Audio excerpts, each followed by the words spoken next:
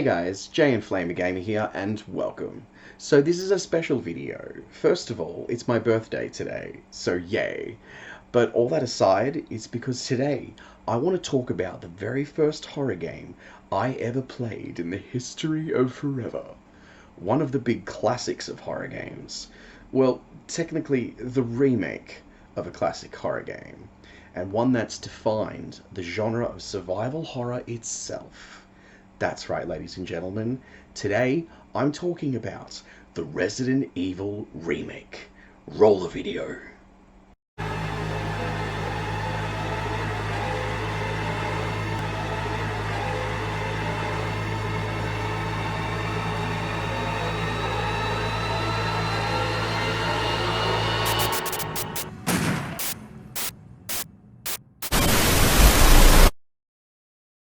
Resident Evil. So before you start the game, you're given the option to play as one of two characters, Chris Redfield or Jill Valentine, two members of STAR's Alpha Team. STARS being an acronym for Special Tactics and Rescue Service, a separate branch of the Raccoon City Police Department. The events of the game will be slightly altered depending on who you choose. Anyways, I'll let my buddy Chris fill you in on the initial exposition of the story with his alluring voice acting, and join back with you momentarily.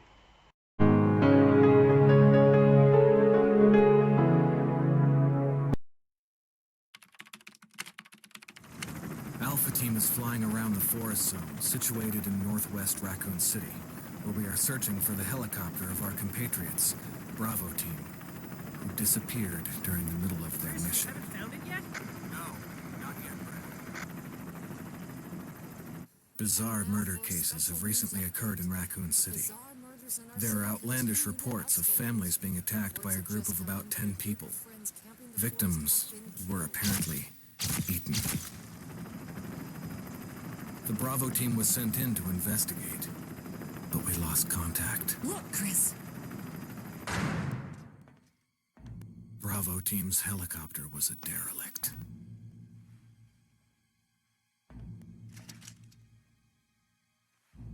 Save for the remaining body of Kevin.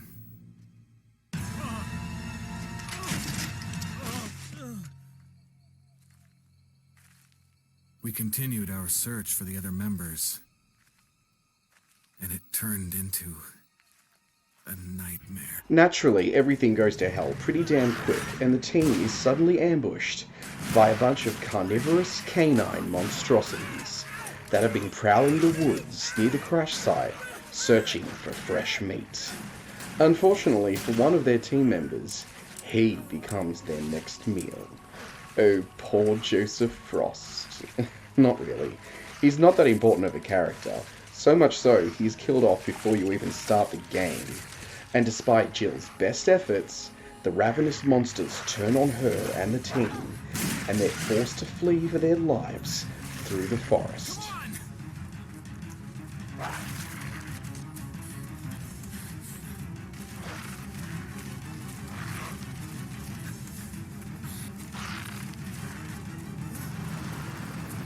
Hey! Brad! Where the hell's he going?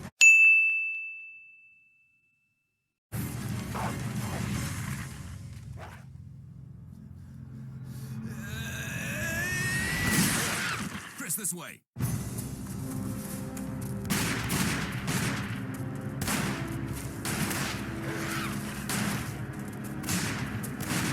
Damn it! Make for that mansion! Yes, Chris, that's a great idea. What could possibly go wrong? Wait. Hold up. There's something I need to cover before we go inside. I simply have to pay homage to possibly the scariest thing in all of Resident Evil history. The live-action opening scene from the 1996 original Resident Evil game. Go! So look, I'm assuming that Capcom decided to go live action, as it may have been a more affordable option, and honestly, CG wasn't as good in the mid-90s as it is today, and that's coming from a 90s kid. Anyways, We are introduced to the actors that represent our characters. Joseph Frost, aka Puppy Chow Boy, Barry Burton, the king of one-liners, Albert Wesker, who looks like Johnny Bravo for some reason. 1, 2, 3, baby. And finally, your playable characters, Jill Valentine, the master of unlocking, and Chris Redfield, the token white male hero guy. Okay, so what can I say about this opening? Growing up in the 90s myself, I can see how this would have been perceived as pretty damn scary for its time. But going by today's standards, this acting is pretty poor. It's like Capcom just hired a bunch of random people and said, okay guys, here's the scene, do your best to act scared. Go. Joseph!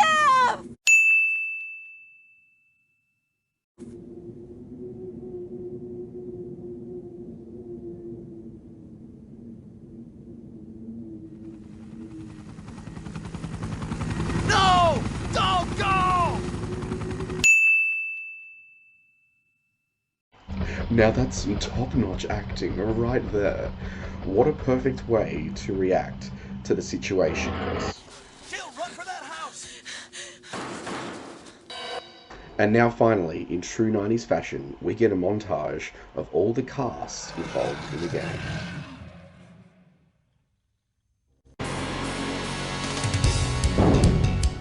Chris Redfield,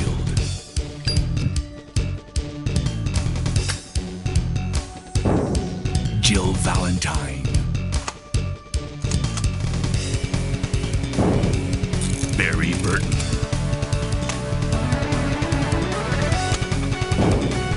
Rebecca Chambers, Albert Wesker,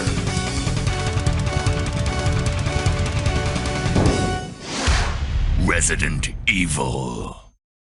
And suddenly you're there. You've arrived at the infamous Spencer Mansion, arguably one of the most recognizable mansions in horror game history. There are only 3 STARS members left now. Captain Wesker, Barry, and myself. We don't know where Chris is.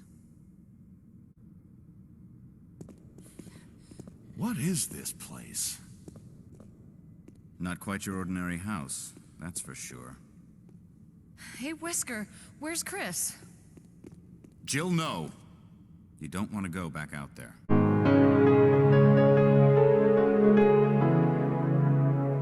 Okay, give me a sec, sorry, but this brings me to a question I've had about this game ever since I first played it as a kid. So Wesker turns to Jill when she realizes that Chris is missing, and he says, Jill, no, you don't want to go back out there. But why? Because of a bunch of zombie dogs that you're now aware of, can prepare for, and won't be ambushed like you were earlier. Okay, so by this logic, basically outside is too dangerous, and they would rather stay inside this giant, foreboding, out-of-place mansion full of various monstrosities, like the zombies themselves, for example.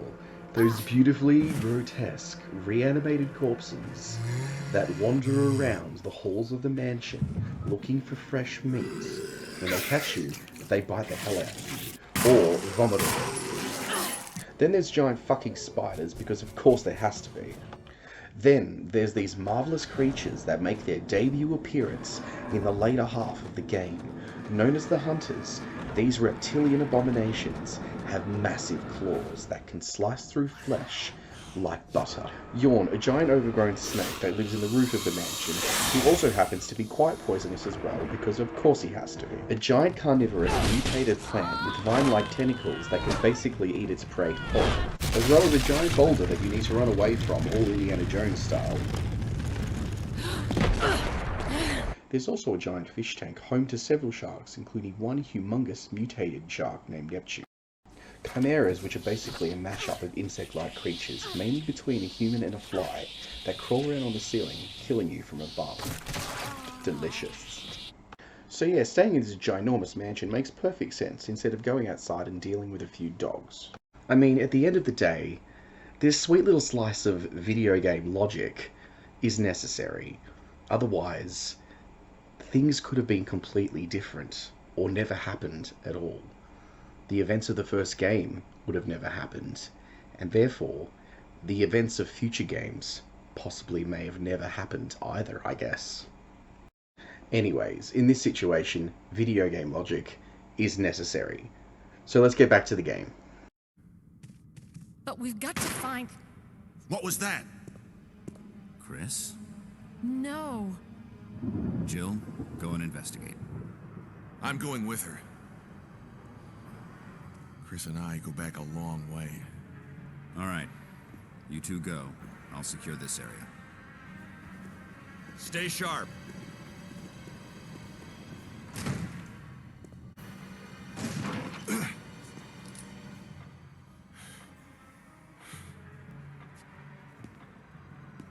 A dining room. So shortly after arriving at the mansion, the group agrees to split up, and suddenly you're in control of your character and free to explore the depths of these dark halls for yourself. But soon after that, you're introduced to the very first zombie you encounter in the whole damn Resident Evil series.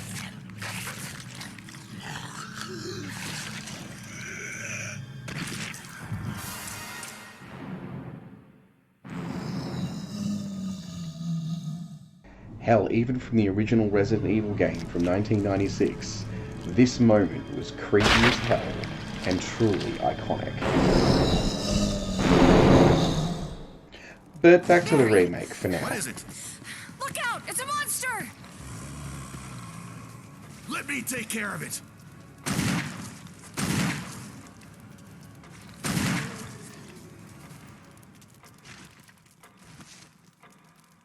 What the hell is this thing?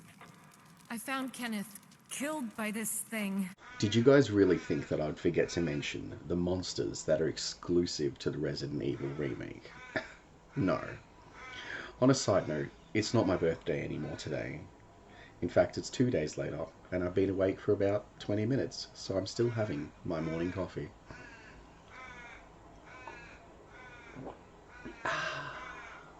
Back to the video. So what can I say about poor Lisa Trevor? Basically, she was abducted and used as a human guinea pig for over 20 years, being kept a company secret and injected with multiple strains of the progenitor virus that were being developed as part of a retroviral research project that would later become known as Umbrella Pharmaceuticals itself. She survived her planned execution after adapting and bonding with said viral strains in her system. She also developed an obsession with collecting other people's faces. But the best part about Lisa is the way Capcom used her in the remake. She's like a Nemesis-style monster, but she's used with great subtlety. You only see her 3 times in the whole game, and when you hear her painful moaning and the sound of rattling chains, you know you should probably start running, as she's virtually impervious to most damage. And then there's these handsome devils known as Crimson Heads, which are basically angry zombies on steroids. So as you're playing the game, you might notice something. That all the zombies that you've killed, or re-killed, up to this point in your playthrough, are still lying dead and motionless on the floor. They haven't faded away like they do in most other video games. They're just lying there. And there's a very good reason why in the Resident Evil remake, this should be very concerning to you. Because if you haven't shot a zombie's head off, or incinerated a zombie's corpse, in the remake, after a while, those zombies get back up and they are pissed. And Crimson Heads don't give a shit. They'll even attack other zombies if they get in their way. But there's a couple of ways to make sure that zombies don't become pissed off Crimson Heads. Firstly, by blowing their head off. Failing that, go into your inventory, and if you have a canteen full of kerosene and a lighter, use it to incinerate the corpses of the zombies on the floor. Just make sure you don't burn yourself in the process as well. Oh, also, some of those zombie dogs from outside do make a reappearance several times throughout the game, so make sure that you're prepared because those guys are really damn quick. Okay, so I guess I really should show you what happens if you do try to leave the mansion. just for people who are curious.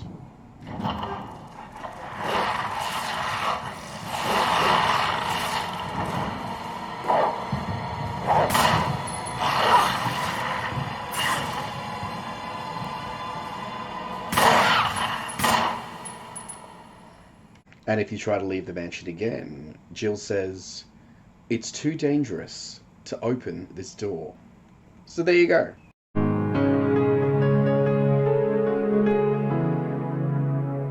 But now I want to talk about one of the most important characters of the game, the mansion itself. Yes, to me, it's both a location and a character. This big, beautiful, eerie mansion is one of my favourite places in all of horror gaming. And even though the original is definitely outdated, and even the remake has aged somewhat, this location holds a special place in my memory. One of this game's greatest achievements, aside from defining the genre of survival horror itself, is its atmosphere. The constant sound of thunder clapping outside during a storm, the flashes of lightning that erupt through the windows, its quiet, claustrophobic halls, showing recent signs of life, now feel lonely, forgotten, and dead. I used to dream about this mansion, even daydream about it, wondering what it would be like to live there. Minus the zombies and monsters, of course, but to just be there, walking its halls, it just fascinated me as a kid, and I consider myself so lucky that this was my first experience at playing a horror game. Oh, and also the fact that stuff like this randomly happens every now and again is absolutely fucking fantastic.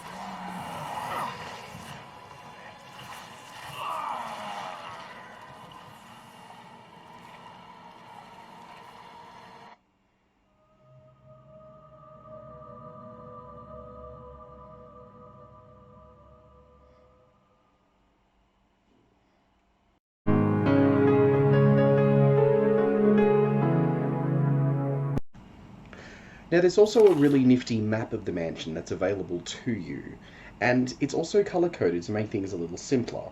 So as you can see, the blinking green room on the map is the room that I'm currently in. All the other green rooms on the map are rooms that I've already explored and completed. The red shaded rooms are rooms in the mansion that I've been into, but I haven't finished exploring, or maybe there's a puzzle left to solve there. And all the grayed out rooms are rooms in the mansion I have yet to explore. At any point in time during the game, you can go into your inventory screen. Now there are 6 slots that are on the right of the screen. These are the only 6 slots that are available to you throughout the entire course of the game to manage all the items that you pick up, including ammunition and healing items like healing herbs and first aid sprays. Across over here is your defensive items, which range between either a dagger or a grenade, which can be used to fend off enemies if and when they grab you. And on the very left of the screen is your health gauge. By using the healing items like herbs and first aid sprays, you can restore your health all the way back to fine. The map, which I showed earlier.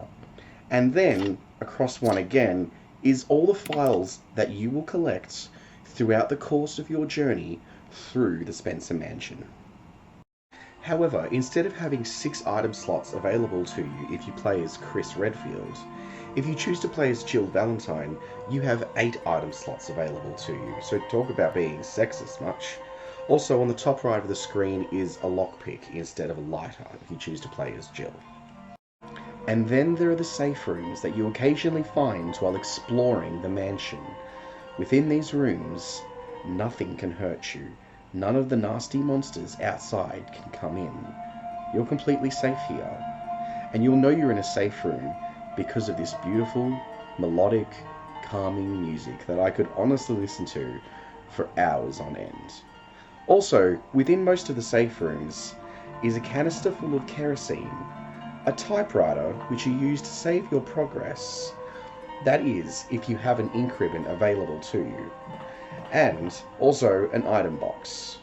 Now, item boxes are really weird to talk about. So each safe room has their own item box, and you can put anything you're not currently using in that item box, and then take that same item out of another item box in a completely separate safe room.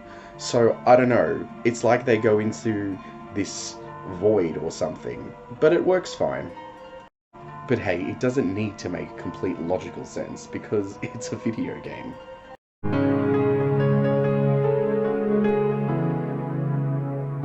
But let's not forget about another famous trope that Resident Evil has become known for.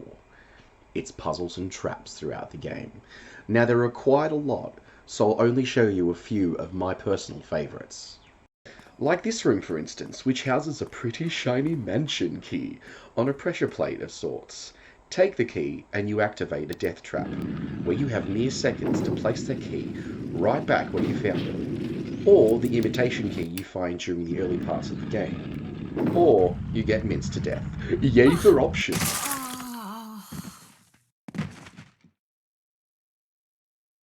Then there's the death mask puzzle. So there are 4 masks you need to find throughout the mansion. Once you have all 4, return to the furnace room under the grave in the back courtyard cemetery. Here there are 4 structures in the room where you place the masks. One that sees no evil, one that neither sees, smells, or speaks evil. As you can see, each mask you place releases a chain from a suspended coffin in the back of the room where evil rests. Continuing on, there's one that just smells no evil, and one that just speaks no evil. So what is this evil, you ask? Yeah, it's the crimsoniest of all crimson heads.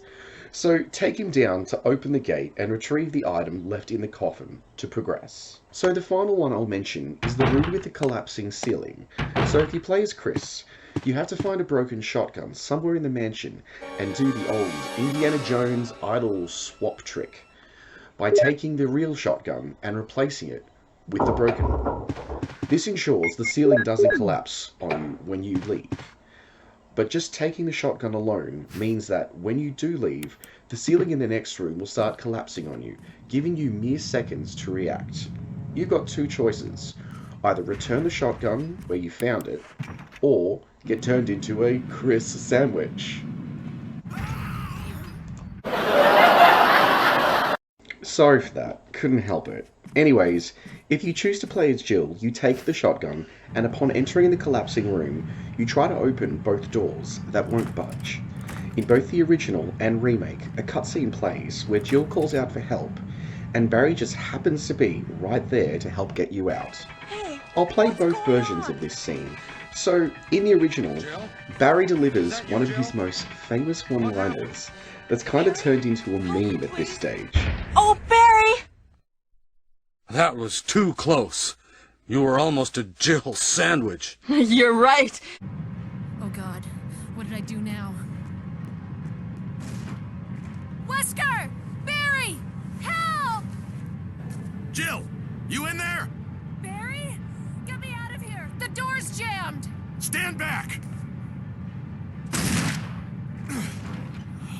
Grab my hand! In the remake, they changed Barry's line, which still kind of bums me out, but oh well. Barry! That was a close one. A second late, you would have fit nicely into a sandwich.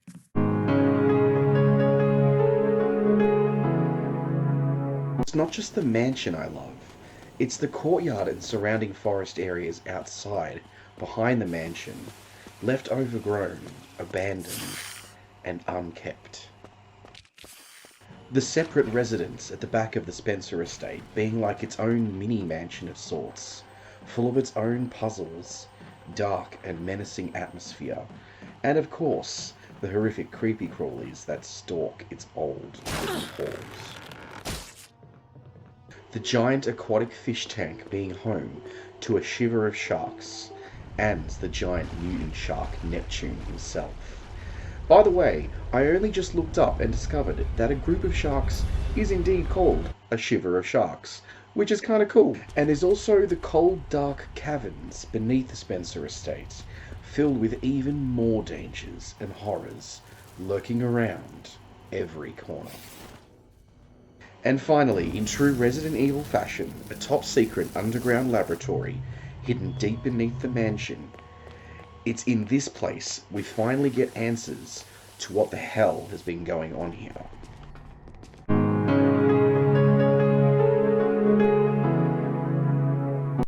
But before we do that, I want to talk about the mission itself and the actual reason as to why we came here in the first place. To search for and extract the other half of STARS. Bravo team. So, what happened to them? So you find the body of Forrest Speyer on the balcony of one of the mansion's wings.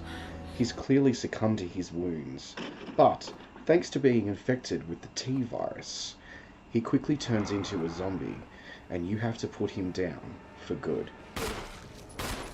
Now, if you play as Chris, you meet another member of STAR's Bravo team named Rebecca Chambers, who's basically the STAR's medic. During the game, she offers to treat your wounds on several occasions, heals Richard's snakebite, and is even a briefly playable character if Chris is poisoned during his fight with Yawn the snake. You then meet Richard Aiken, who's in a pretty bad way after being bitten by Yawn, the giant snake in the attic. You're wounded. He tells the player that the whole place is basically a killing field that's full of demons and monsters. So we have to go on a little fetch quest to find some serum to save Richard's life. Once he's all healed up, in Jill's scenario, he aids Jill in her fight against the giant snake, Yawn. It's at this point Richard notices Yawn attempting to lunge at Jill, so he pushes her out of the way and sacrifices himself, getting eaten by Yawn. In Chris's scenario, he doesn't appear during the snake boss fight, but instead you see him in the giant shark tank, where he once again sacrifices himself to save Chris this time, and gets eaten by a shark. Oh, poor Richard, you won't be forgotten. Moving right along, we finally met up with the captain of Bravo team himself, a man by the name of Enrico Marini, who seems to be barely clinging on to life in the depths of the cavern underneath the mansion's courtyard. It's here that Enrico reveals to the player that there is a traitor amongst the members of STARS, a double agent of sorts. But before being able to reveal the identity of said double-crosser, he is quickly assassinated. So we now know that one of our team members has their own agenda planned. But who? But before we find out, we also get to see what happened to Kenneth at the very start of the game, mere moments before we found the first zombie munching away on his jugular.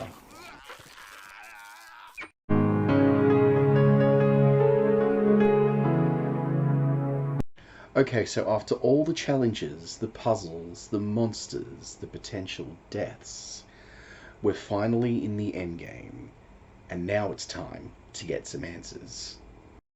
And so at the very end of the game, all is revealed that none other than Albert Wesker himself is the double agent that's been working for Umbrella as a way to achieve his own sinister goals the whole time, and has blackmailed Barry using his family as leverage. He doesn't do everything I tell him to.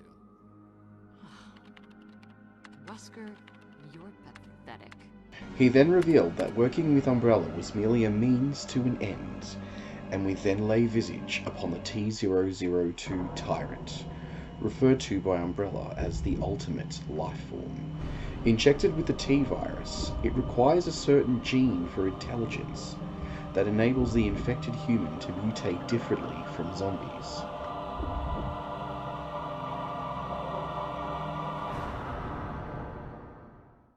Then suddenly, while Wesker is busy marveling over the freaky lab experiment that is the Tyrant, I hate Barry grows a pair and saves Jill from being killed by Wesker. But just when you thought it was all over, he's not done yet. Wesker gets back up and hits the release button on the control console, and within a matter of seconds, the tank that the Tyrant is being held in starts to drain. And just like that, this giant, humanoid, perfect life form gains consciousness. Breaking its tank, the Tyrant takes its first steps, towering over everyone in the room. It then turns to Wesker and with a single Premature. swing of its massive clawed arm, seemingly kills Wesker, then suddenly turns to face the player. Barry! You viral cultured freak! Barry! Upon defeating the tyrant, Jill turns to help Barry, and when he comes to, he apologizes for being so careless, and then asks about Wesker, who is nowhere to be found. He's gone. This is because during your fight with the tyrant, he escaped and of course activated the lab's self-destruct system, giving you mere moments Wesker to get must the have set it hell off. out of there. Let's hurry. During your escape from the lab, you run into the second playable character that you didn't select at the beginning of the game, held in a prison cell. Upon freeing them, they join up with you to escape to the helipad. I'll show you both scenes here, 'cause why not? Jill, Sorry about the wait. so everything's taken care of? Well, almost. Now let's get the hell out of here. Jill? Chris! You're okay. Chris, it's Wesker. I know. But first, let's get out of here. Just before the group is about to escape, a scene plays where the lab's system says 3 minutes remaining. All the creepy crawlies down here have tracked you down. So the others go to hold back the nightmarish horde, buying you some time to get to the helipad and contact evac. All right. We'll rendezvous at the heliport.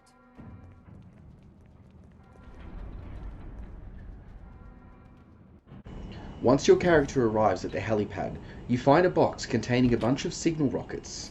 At this point, a scene plays where your character lets off some of the signal rockets to call on evac to come and extract them from the site that is moments from being blown sky high. The elevator sounds and the rest of your surviving team members arrive, but they aren't the only ones making an appearance. Suddenly, a hole is blown through the floor and the tyrant makes his final appearance on the last stand, and it is pissed. The other team members try their best to hold it back, but it's no use, and the final boss fight takes place. Suddenly, Brad makes a reappearance, dropping a rocket launcher for you to use against the tyrant.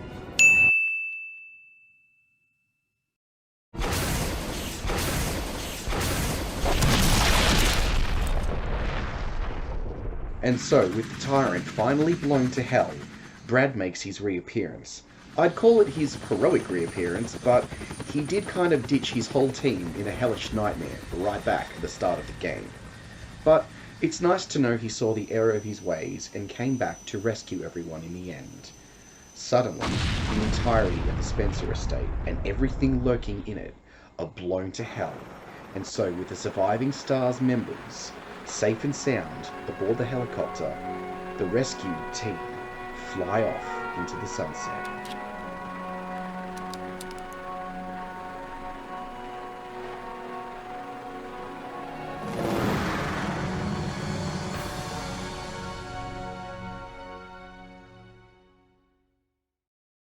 Hey guys, thank you so much for watching my video on the Resident Evil Remake. I had the best of time playing this game as a kid. I think I was about 12 or 13 years old at the time. And I also had the best of time making this video for you guys. Now, if you did like the video, don't forget to leave a like and a comment in the sections below. Both positive and negative comments are both welcome. And if you haven't done so yet, hit that subscribe button down there somewhere to stay notified for more videos upcoming on my channel as well. I've been JNFlamerGamer, and I hope you have a fantastic day or night wherever you are. Catch you later.